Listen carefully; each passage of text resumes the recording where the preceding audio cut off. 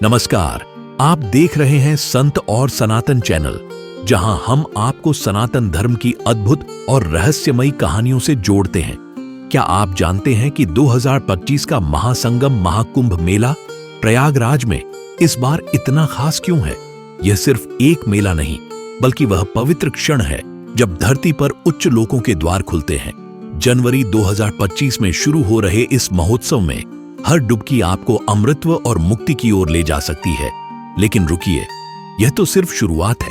आगे जानेंगे कि महाकुंभ का यह महासंगम कैसे हर हिंदू आस्था और संस्कृति को एक साथ लाता है। तो जुड़े हमारे साथ और इस वीडियो को अंत तक देखें। और हां, अगर आप हमारे चैनल संत और सनातन पर नए हैं तो इसे सब्सक्राइब करना न भूलें, क्योंकि यहां आपको हर बार मिलेगा धर्म, रहस्य और रोमांच से भरा एक नया अनुभव।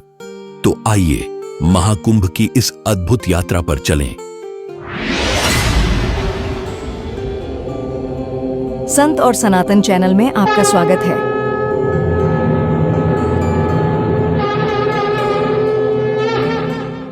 कुंभ मेला हिंदू धर्म का एक महत्वपूर्ण पर्व है, जिसमें करोड़ों श्रद्धालु कुंभ पर्व स्थल प्रयाग, हरिद्वार, उज्जैन और नासिक में एकत्र होते हैं और नदी में स्नान करते हैं।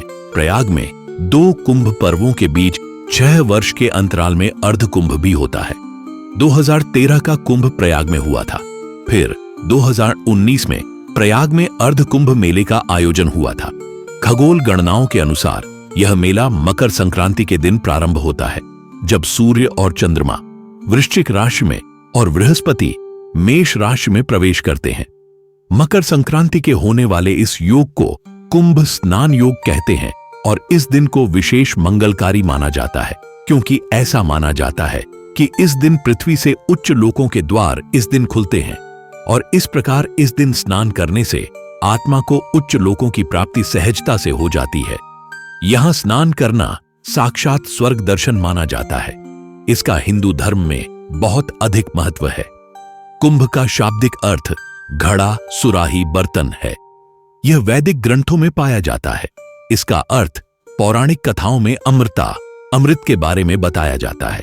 मेला शब्द का अर्थ है किसी एक स्थान पर मिलना, एक साथ चलना, सभा में या फिर विशेष रूप से सामुदायिक उत्सव में उपस्थित होना। यह शब्द ऋग्वेद और अन्य प्राचीन हिंदू ग्रंथों में भी पाया जाता है।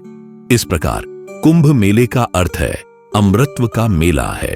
महाकुंभ 2025 में शाही स्नान की तिथियां प्रत्येक 3 साल में कुंभ मेले का आयोजन होता है, प्रत्येक 6 साल में अर्ध कुंभ का आयोजन होता और प्रत्येक 12 साल बाद महाकुंभ का आयोजन होता है।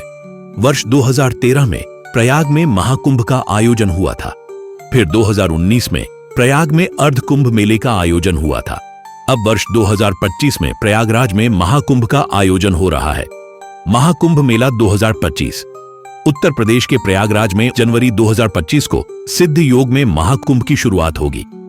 यह हिंदू सनातन धर्म का सबसे बड़ा उत्सव और मेला होता है।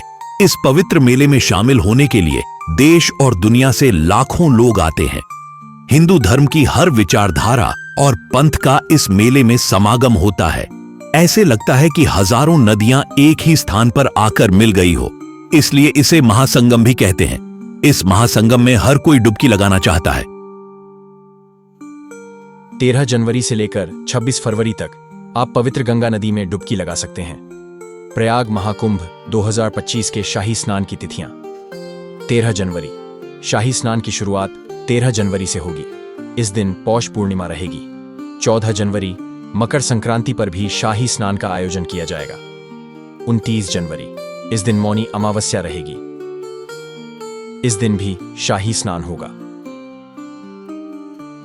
3 फरवरी इस दिन वसंत पंचमी पर भी शाही स्नान का लाभ उठा सकते हैं। 4 फरवरी अचला सप्तमी पर भी शाही स्नान होगा। 12 फरवरी माघ पूर्णिमा के दिन महत्वपूर्ण शाही स्नान किया जाएगा। 26 फरवरी महाशिवरात्रि का दिन होगा। यह अंतिम शाही स्नान होगा। कुंभ का आयोजन 4 स्थानों पर होता है। हरिद्वार, सूर्य मेष राशि और बृहस्पति कुंभ राशि में होते हैं, तब हरिद्वार में महाकुंभ मेला का आयोजन होता है। प्रयागराज, बृहस्पति वृषभ राशि में और सूर्य मकर राशि में होते हैं तब प्रयागराज में महाकुंभ का आयोजन होता है। नासिक, सूर्य और बृहस्पति सिंह राशि में होते हैं तब नासिक में महाकुंभ मेले के आयोजन होता है। उज्जैन, उज्जैन में आयोजित होने वाले कुंभ को सिंहस्थ कहते हैं। बृहस्पति के सिंह राशि में और सूर्य के मेष राशि में होने पर उज्जैन में कुंभ का आयोजन होता है। कुंभ मेले का इतिहास कम से कम 850 साल पुराना है। माना जाता है कि आदि शंकराचार्य ने इसकी शुरुआत की थी, लेकिन कुछ कथाओं के अनुसार कुंभ की शुरुआत समुद्र मंथन के आदिकाल से ही हो गई थी। शास्त्रों में बताया गया है कि पृथ्वी का 1 वर्ष देवताओं का दिन होता है। देवताओं का 12 वर्ष पृथ्वी लोक के 144 वर्ष के बाद आता है। ऐसी मान्यता है कि 144 वर्ष के बाद स्वर्ग में भी कुंभ का आयोजन होता है, इसलिए उस वर्ष पृथ्वी पर महाकुंभ का आयोजन होता है। महाकुंभ के लिए निर्धारित स्थान प्रयाग को माना गया है। कुंभ मेला का इतिहास, सारे नवग्रहों में से सूर्य, चंद्र, गुरु और शनि की भूमिका कुंभ में महत्वपूर्ण मानी जाती है। जब अमृत कलश को लेकर देवताओं और राक्षसों के बीच युद्ध चल रहा था, तब कलश की खींचातानी में चंद्रमा ने अमृत को बहने से बचाया। गुरु ने कलश को छुपाया था। सूर्य देव ने कलश को फूटने से बचाया और शनि ने इंद्र के कोप से रक्षा की। इसीलिए ही तो जब इन ग्रहों का योग संयोग एक राशि में होता है, तब कुंभ मेले का आयोजन होता है। हर तीसरे वर्ष कुंभ का आयोजन होता है। गुरु ग्रह एक राशि में 1 साल तक रहता है और हर राशि में जाने में लगभग 2 वर्षों का समय लग जाता है। इसीलिए हर 3 साल बाद उसी स्थान पर कुंभ का आयोजन किया जाता है। निर्धारित 4 स्थानों में अलग अलग स्थान पर हर 3 साल बाद कुंभ लगता है। प्रयाग का कुंभ सबसे ज्यादा महत्व रखता है। 144 वर्ष बाद यहां पर महाकुंभ का आयोजन होता है। कुंभ मेलों के प्रकार। महाकुंभ मेला, यह केवल प्रयागराज में आयोजित किया जाता है। यह प्रत्येक 144 वर्षों में या 2 पूर्ण कुंभ मेले के बाद आता है। पूर्ण कुंभ मेला यह हर 2 साल बाद में आता है।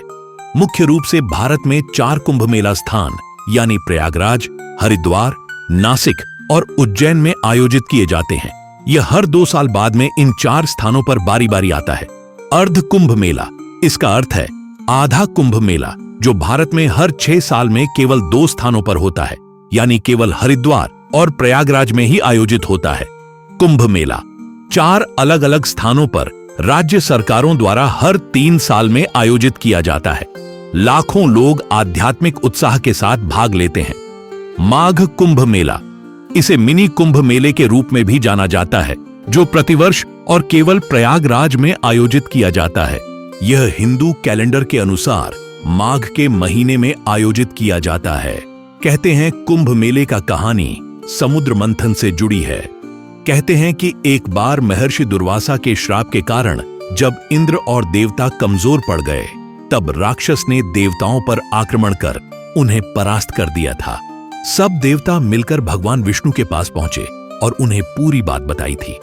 तब भगवान विष्णु ने देवताओं को दैत्यों के साथ मिलकर क्षीर सागर का मंथन करके अमृत निकालने की सलाह दी। भगवान विष्णु के ऐसा कहने पर संपूर्ण देवता राक्षसों के साथ संधि करके अमृत निकालने के प्रयास में लग गए। समुद्र मंथन से अमृत निकलते ही देवताओं के इशारे पर इंद्रपुत्र जयंत अमृत कलश को लेकर आकाश में उड़ गया। राक्षसों ने अमृत लाने के लिए जयंत का पीछा किया और कठिन परिश्रम के बाद उन्होंने बीच रास्ते में ही जयंत को पकड़ा और अमृत कलश पर अधिकार जमाने के लिए देव और दानव में 2 दिन तक भयंकर युद्ध होता रहा। मंथन में निकले अमृत हरिद्वार, इलाहाबाद, उज्जैन और नासिक के स्थानों पर ही गिरा था। इसीलिए इन 4 स्थानों पर ही कुंभ मेला हर 3 बरस बाद लगता आया है। 42 साल बाद यह मेला अपने पहले स्थान पर वापस पहुंचता है। यही कारण है कि कुंभ के मेले को इन्हीं 4 स्थानों पर मनाया जाता है। कुंभ को 4 हिस्सों में बांटा गया है। जैसे अगर पहला कुंभ हरिद्वार में होता है, तो ठीक उसके 3 साल बाद दूसरा कुंभ प्रयाग में और फिर तीसरा कुंभ 3 साल बाद उज्जैन में। और फिर 3 साल बाद चौथा कुंभ नासिक में होता है। अब जानते हैं कि कुंभ के आयोजन की तिथि कैसे निर्धारित की जाती है। किस स्थान पर कुंभ मेले का आयोजन किया जाएगा, यह राशियों पर निर्भर करता है। कुंभ मेले में सूर्य और बृहस्पति का खास योगदान माना जाता है। जब सूर्य एवं बृहस्पति एक राशि से दूसरी राशि में प्रवेश करते हैं, तभी कुंभ मेले को मनाया जाता है और इसी आधार पर स्थान और तिथि निर्धारित की जाती है। तो दोस्तों, यह था 2025 के महासंगम महाकुंभ मेले का अद्भुत वर्णन। प्रयागराज में पवित्र गंगा, यमुना और सरस्वती के संगम पर डुबकी लगाकर आप आत्मा को शुद्ध और जीवन को धन्य बना सकते हैं। महाकुंभ सिर्फ एक मेला नहीं, यह हमारी सनातन संस्कृति, आस्था और परंपराओं का प्रतीक है। यह वह क्षण है जब करोड़ों श्रद्धालु एक साथ प्रार्थना करते हैं और उनके स्वर में शामिल हो जाती है दिव्यता की गूंज। क्या आप भी इस महासंगम में शामिल होंगे? हमें कमेंट्स में जरूर बताएं और अपने दोस्तों और परिवार के साथ इस वीडियो को साझा करें। और हां, अगर आपने अभी तक हमारे चैनल संत और सनातन को सब्सक्राइब नहीं किया है तो कर लें। यहां आपको मिलेंगी सनातन धर्म की अनसुनी बातें, रहस्यमयी कथाएं और गहरे आध्यात्मिक अनुभव।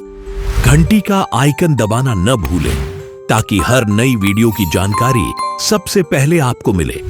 जुड़ते रहें, सीखते रहें और सनातन की इस अमूल्य धरोहर को आगे बढ़ाते रहें। धन्यवाद। जय श्री राम, जय गुरुदेव।